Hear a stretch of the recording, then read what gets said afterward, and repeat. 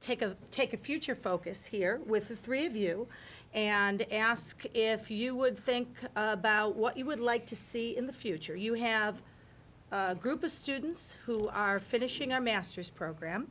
What kind of advice would you give to them? Celebrate World Creativity and Innovation Week and pass it on. Pass it on. Pass it on. Engage, leverage the opportunity. I'm serious. I've gotten work during World Creativity and Innovation Week by saying, hey, did you know it's World Creativity and Innovation Week? What are you folks going to be doing this year? Do you want a speaker? Sure. I'm serious. I'm serious. Do you need an idea generating session? Right? Is there something that's one of the reasons it was created, is so that it would provide an open door? Please, please, the door's been open. There's an opportunity, and do what you can, seriously. It's for you.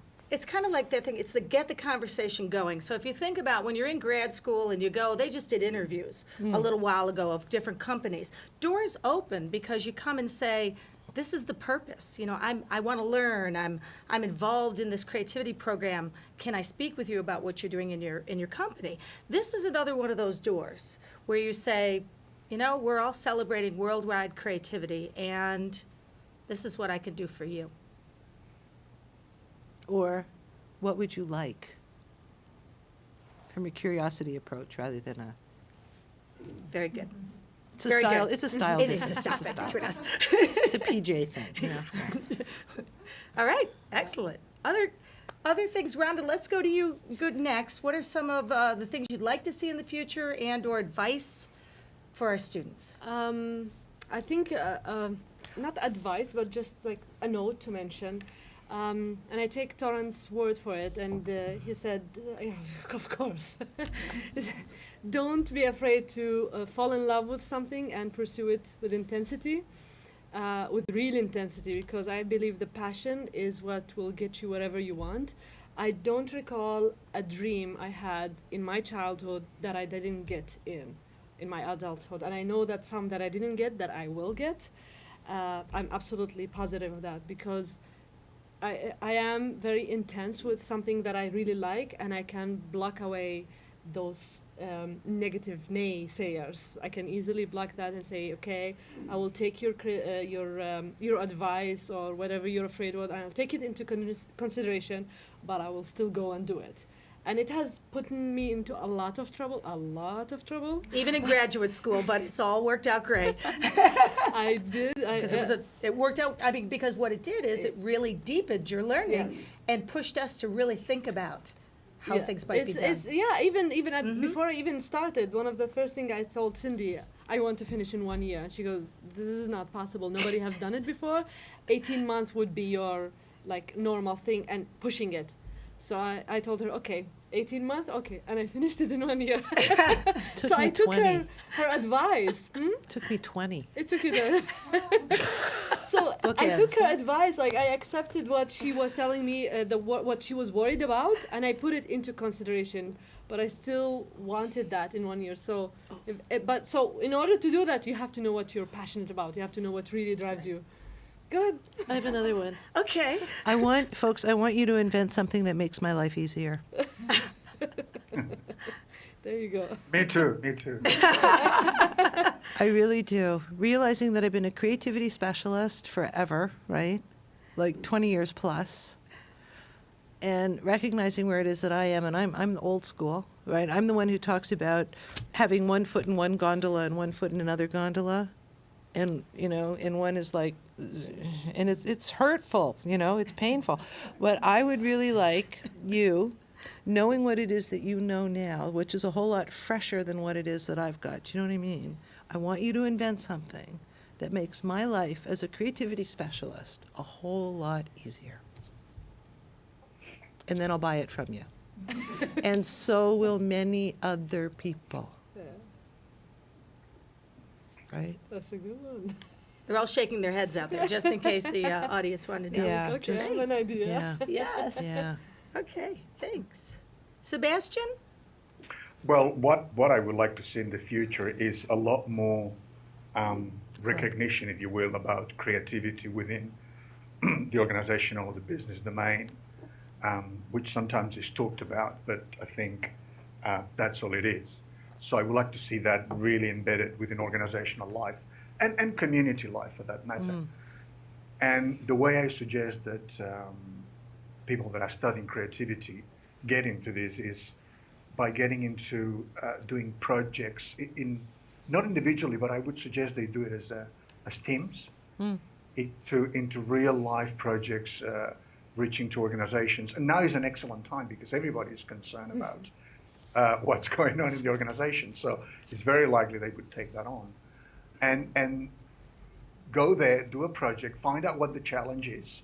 Don't go with premeditated kind of solutions, but follow the creative problem solving, and make it a huge, big case study. And that actually is going to be experience already for you in your curriculum or your resume about some contribution you had through creativity in a particular organization. Yeah. Excellent. I have more. Sure, go ahead. Okay, in the We've got a few future, minutes. what I would like is that when the word creativity is mentioned, that people don't get tight in their stomach. I would like that very, very much. And I know you've even talked about that you don't shy away from the word creativity. That you will You use it use it. appropriately, not inappropriately. Yes. Well, and I don't know, because there's such a huge archetype about creativity that I'm even wondering if mentioning creativity does really provides a service or provides more of a disservice. Because the archetypes about creativity, and I got to tell you, I'm out there. I'm in the trenches. And people still believe it's their fourth grade art project. So I would like it for people to think beyond that. I see a vision of mothers with their children in the prams, right, pointing out, saying, and that's creative, and that's creative, and that's creative, and that's creative. And you can do something creative, and how you do it is let's take two things and make it something new. I would like to see education based on curiosity. I would like to see, all of that stuff, where it isn't seen as something special, but it's seen as something that's normal. Right? And if I can add, it helps a lot if you find people, what Sebastian was saying, collaboration. If you find people who don't agree with you, that's a way that you can find something completely new. Because if everyone agrees with you, then you come up with something. It's okay. It's a new. It's an advanced way of looking at your same problem or same root. But if you find someone who's looking at it from completely different point of view and bringing that focus into mind, then you go, I never thought of that. But you know what I'm thinking now? What comes after collaboration? What comes after collaboration? Because this is the age of Aquarius, right? And what we're doing is collaborating. We're collaborating online. We're networked like up the yin-yang. Our identities are being not lost, but we're being tracked and traced wherever it is that we go. And this is all about, it is collaboration in a sense, right? We're part of the net. But what comes after that? I would say creative action. And what do you mean by that, Sebastian? By producing something that it hasn't been produced or done before, something that is new and that is useful, to use our definition of creativity that I've learned at Buffalo. Something that is new and that is useful. But it has to have this element of novelty. And again, I know I keep hammering that collaboration thing, but to me is the key. Collaborate in different ways that we haven't done so far. And I think it's challenging because most of the people I see in business do not know how to do it. They're very good at fighting, they're very good at defending, they're very good at being defensive, but they do not know how to, as the previous speaker was saying, listen to a different idea that is different than mine and accept it. Yeah. People feel threatened in a business environment. People feel threatened. They feel they have to fight and be competitive. And to turn this around is something that I think very much for creative professionals is there to explore. Well, and I'm wondering how much of what you're talking about is generational. Like I'm wondering when the current 30-year-olds are sitting in the chief executive's offices, looking at the environment in which they're brought up and in terms of the networking and so on, and the being connected at all times and doing online collaboration and being familiar with that as a regular behavior. if that will still be the case. Do you know what I'm saying? Yeah, I think you're right that you're probably talking a bit about the differences between Gen X and Y. And I think you're right. I mean, you see now that virtual teams by default need to collaborate in different ways. I think you're right. It's probably the case that it'll be easier for younger generations than yours and mine to do that. Yeah, that's what I'm thinking too. I mean, at the end of the day, however, you were talking about CEOs earlier. We have a lot of CEOs of the old school Yes. in key organizations. Well, eventually they'll die off. You know that. Absolutely. Or get fired. Well, no, and world conditions are making it such that the role that they play now is already archaic. Yeah. It's already archaic. So it's Yeah. helping to move that along to allow the new and fresh blood and fresh ideas in. Yes. Round it a little bit, and then we'll have to close down for the. So I want to build on Sebastian's note of what's going to go after being collaborative.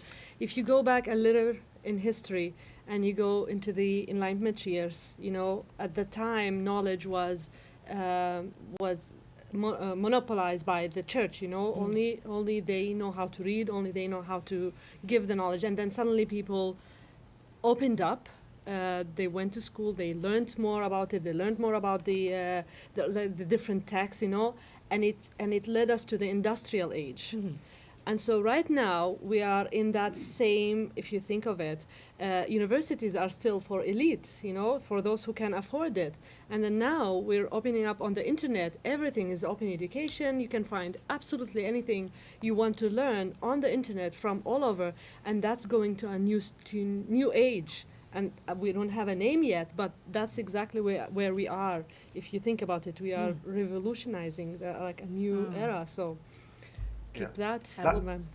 We're pioneers. Can I just say just something before we close up? And I don't want to forget this, but here's a challenge for someone who wants to take it. But I think that the president you got at the moment, Obama, and I'm sorry I'm going back to this, but I think that look what he's doing with the car industry. He's really changing the paradigm. He's talking about building those new cars for the future.